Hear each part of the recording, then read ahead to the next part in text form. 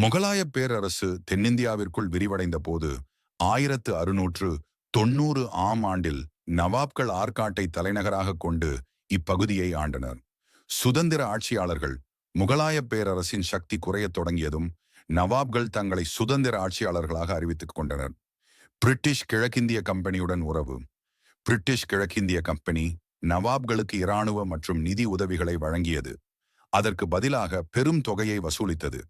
இதனால் நவாப்கள் கடன் சுமைக்கு ஆளாயினர். நிலங்களை இழந்தது. கடன்களை அடைக்க நவாப்கள் படிப்படியாக தங்கள் நிலங்களை பிரிட்டிஷ் கம்பெனிக்கு கொடுத்தனர். பதவி நீக்கம். 1855 ஆண்டில் கடைசி நவாப் ஆண் வாரிசு இல்லாமல் இறந்த பிறகு பிரிட்டிஷ் கம்பெனி நவாப் பதவியை ஒழித்து ஆற்காட்டின் அனைத்து பகுதிகளையும் கைப்பற்றியது. பதவி மாற்றம். நவாப்களின் குடும்பத்திற்கு ஆற்காடு இளவரசர் என்ற கௌரவ பட்டம் வழங்கப்பட்டது. அவர்களின் குடும்பம் இப்போது ஆற்காட்டில் உள்ள அமீர் மஹால் என்ற அரண்மனையில் வசித்து வருகிறது. முக்கிய நவாப்கள் முகமது அலி கான் வாலாஜா 4ஆம் ஆங்கிலேய மைசூர் போரின் போது திப்பு சுல்தானுடன் இணைந்து பிரிட்டிஷை எதிர்த்தார். இவர்